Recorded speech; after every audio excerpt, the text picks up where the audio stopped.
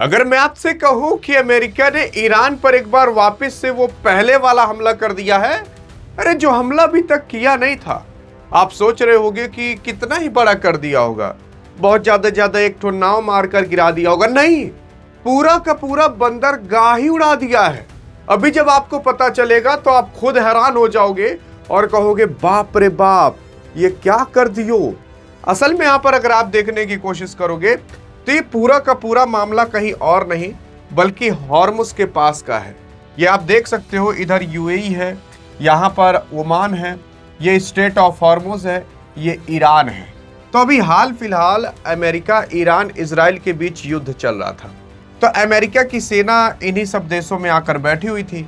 यहाँ से ईरान पर हमला कर रही थी, ईरान यहाँ से इन पर हमला कर रहा था। हाल फिलहाल अभी कुछ थोड़ी सी मुठभेड़ हुई और उस मुठभेड़ के तहत यहाँ पर जो बंदर अब्बास है, ये जो आपको छोटा सा निनकू सा दिख रहा है, इसको पूरी तरीके से अमेरिका ने उड़ा दिया। और जानते हो क्यों उड़ाया? क्योंकि थोड़ी बहुत मुठभेड़ हो चुकी थी। मतलब हॉर्मुज जो है उसी के ही बीचों बीच की जो एरिया है जमीन का, वहीं पर ही उड़ाया है अमेरिका ने। यहां पर देखने की कोशिश करोगे तो ये 25 मई 2026 की ही बात है। अमेरिकी सैनिक ने दक्षिण ईरान के रणनीतिक रूप से एक महत्वपूर्ण बंदरगाह, जो शहर बंदरगाह और हॉर्मुज जलडमरू मध्य के पास स्थित सैन्य ठिकाने पर ताबड़तोड़ एयर स्ट्राइक और मिसाइल से हमला किया है।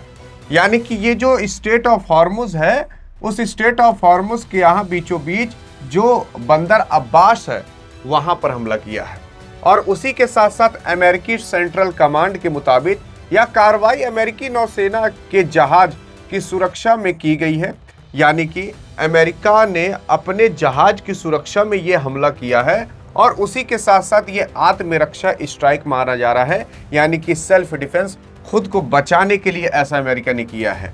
इस हमले के बाद बंदर अब्बास जो है और उसके आसपास के तटीय इलाके में कई जोरदार धमाके सुनाई दिए हैं और आसमान में धुएं और बड़े गुब्बार भी दिखाई दिए हैं। अब मैं आपको दिखा देता हूं कि आखिरकार वो गुब्बार कैसा दिखाई दे रहा था और वो कितना जोरदार हमला था। वो मैं आपको पूरी की पूरी इमेज दिखाने की कोशिश करता हूँ। ये इमेज है, कुछ इस तरीके से उड़ाया गया है पूरा का पूरा, और आप सोच सकते हो कि कितने लोगों की जानें गई होंगी और कितने लोग मारे गए होंगे और कितना बड़ा नुकसान ईरान को हुआ होगा।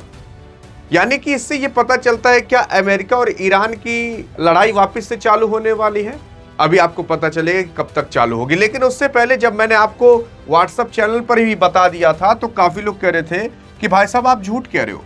लेकिन फिर उसके बाद न्यूज आर्टिकल्स वाले और बाकी अन्य लोग अपने वेबसाइट्स पर डालने लगे। तब आप कहे कि सर आपने इतना जल्दी कैसे बता दिया? अरे हमने बता दिया था यार। डियर गुरु नाम का व्हाट्सएप चैनल आपके लिए बना दिया गया है, डिस्क्रिप्शन में लिंक है। काफी लोग कहते हैं सर ये व्हाट्सएप चैनल मिलता नहीं है क्योंकि तमाम लोग बना चुके हैं फेक, और आपके लिए खास तौर पर ओरिजिनल वाला डिस्क्रिप्शन में और कमेंट में पिन कर दिया। आपका मन और आपकी इच्छा, जाकर ज्वाइन कर सकते हो अगर देश दुनिया से संबंधित सारी जानकारी एक जगह पर समेट कर चाहिए तो। लेकिन अगर बात करें आगे क्या, तो आगे देख सकते हो कि असल में यूं ही तो अमेरिका ने सेल्फ डिफेंस में हमला नहीं कर दिया होगा। ईरान कुछ कर रहा होगा तभी अमेरिका ने हमला किया होगा, या अमेरिका कुछ कर रहा होगा तब ईरान हमला किया होगा और तब ईरान के खिलाफ अमेरिका ने हमला किया होगा।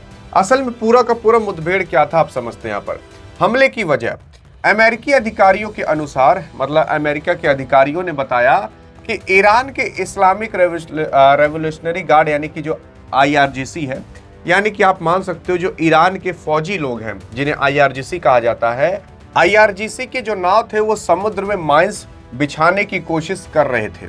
आपको पता होना चाहिए कि स्टेट ऑफ हॉर्मुज के पानी के अंदर ईरान ने कुछ इस तरीके से माइंस बिछा कर रखी है। ये माइंस पानी के अंदर है और ईरान जब चाहे इसे दगा सकता है, और इसी वजह से कोई भी ईरान से यहाँ पानी में लड़ ही नहीं सकता क्योंकि ईरान को पता है कि ये माइंस हमने कहाँ बिछाई है। अगर यहाँ पर अमेरिका का कोई जहाज आता है तो वो पूरी तरीके से यहाँ पर ब्लास्ट हो जाएगा क्योंकि नीचे माइंस फट जाएंगे। चाहे जितना बड़ा जहाज हो वो आराम से नीचे से ईरान ब्लास्ट करा सकता है। इसके बाद क्या हुआ भैया? जिसके बाद अमेरिका ने उनके 2 नाव को डुबा दिया। जो नाव यहाँ पर माइंस बिछाने की कोशिश कर रही थी उनको अमेरिका ने डुबा दिया मार करके। जब अमेरिका ने उनके 2 नाव को डुबा दिया तो जो ईरान था वो भी कुछ ना कुछ करेगा। तो इसके जवाब में जो ईरान है उसने सतह से जो अमेरिका के लड़ाकू विमान थे उसको मिसाइल से मारने की कोशिश की। अब अमेरिका ने ऐसा होते हुए देख लिया, तो अमेरिका ने अपने रक्षा के लिए, ताकि उनके वो जो लड़ाकू विमान है वो उड़े ना, उन्होंने एयर स्ट्राइक कर दी, उन्होंने काफी सारे बम गिरा दिए। अब देखो ये पूरा वेल प्लान्ड भी हो सकता है कि दुनिया को आकर बता दे कि ईरान अभी भी मिसाइल बिछा रहा है, इस वजह से हमने उनके 2 जहाज को उड़ा दिया। अब सिंपल सी बात है, अगर आप किसी भी देश के जहाज को उड़ाओगे तो वो कुछ ना कुछ तो करेगा ही, थोड़ा बहुत मार करेगा ही। तो उन्होंने भाई साहब नीचे से जो ऐसे मिसाइल नहीं दागी जाती, वो मिसाइल दागने की कोशिश की ताकि अमेरिका के जहाज को उड़ा दिया जाए। अमेरिका को पता था कि अगर हम इनको मारेंगे ये भी हमें मारेंगे, तो हमारे पास एक बहाना मिल जाएगा कि इन्होंने ये हमें मारने की कोशिश कर रहे थे, इसी वजह से हम पूरा इनका एरिया ही उड़ा दिए अपनी रक्षा के लिए। और यहाँ पर ऐसा कहा जा रहा है, जो ईरान मिसाइल दागने की कोशिश कर रहा था उस मिसाइल का नाम SAM था। अब अमेरिकी जवाबी हमले के बारे में बात करें तो अमेरिकी सेना ने तुरंत जवाबी कार्रवाई करते हुए बंदर अब्बास के पास ईरानी जो मिसाइल लॉन्च सिस्टम और कमांड सेंटर था और तटीय सेना ठिकाने को निशाना बनाया। यानी कि जो वो बंदर अब्बास था, वो बंदर अब्बास पर भाई साहब मिसाइल लॉन्च सिस्टम रखे हुए थे, कमांड सेंटर थे, वो पूरी तरीके से तहस नहस कर दिया। और वो बहुत इंपॉर्टेंट एरिया था, क्योंकि उसी एरिया से बहुत सारी ऐसी चीजें थी जो ईरान कंट्रोल किया करता था। इसके बाद डोनाल्ड ट्रंप वो आता है ट्विटर पर ट्वीट कर देता है, बताता है सोशल मीडिया पर इस सैन्य एक्शन में इनका कोई भी जो जवान है उसको नुकसान नहीं हुआ, इनका कुछ भी नुकसान नहीं हुआ, बल्कि यही लोग नुकसान करके गए हैं।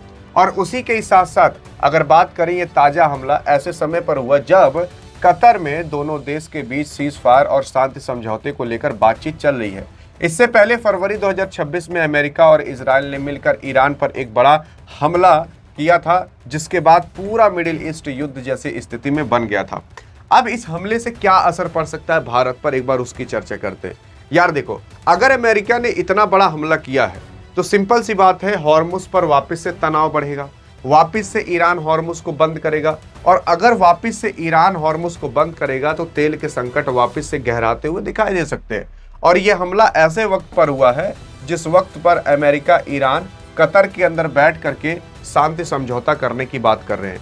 यहाँ तक कि कतर ने तो ये भी कह दिया कि ईरान हमारे ऊपर अटैक मत करो, बल्कि हम कुछ नहीं करेंगे तुम्हारे खिलाफ, हम अपने देश के अंदर अमेरिका की सेना भी नहीं आने देंगे। तो सोच कर देख लीजिए कि खाड़ी देश कितना डर चुके हैं।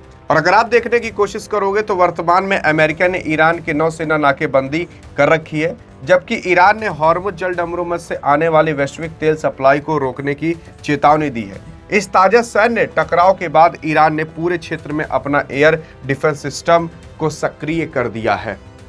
अब सोच कर देख लीजिए, इसी वजह से आपको तेल के दाम बढ़ते हुए दिखाई दे रहे हैं, क्योंकि जब जब ऐसा लगता है कि युद्ध खत्म होने वाला है, तब तब कुछ न कुछ छुरछुरिया पड़ाका वहां पर धक जाता है। और वो छुरछुरिया पड़ाका इतना बड़ा होता है कि वो वापस से एक युद्ध का रूप ले सकता है। बाकी यहाँ अगर आपको व्हाट्सएप चैनल चाहिए तो डिस्क्रिप्शन और पिन कमेंट में दे दिया है, आपकी मर्जी। बाकी यार इस वीडियो में तो मिलेंगे, तब तक के लिए जय हिंद जय भारत।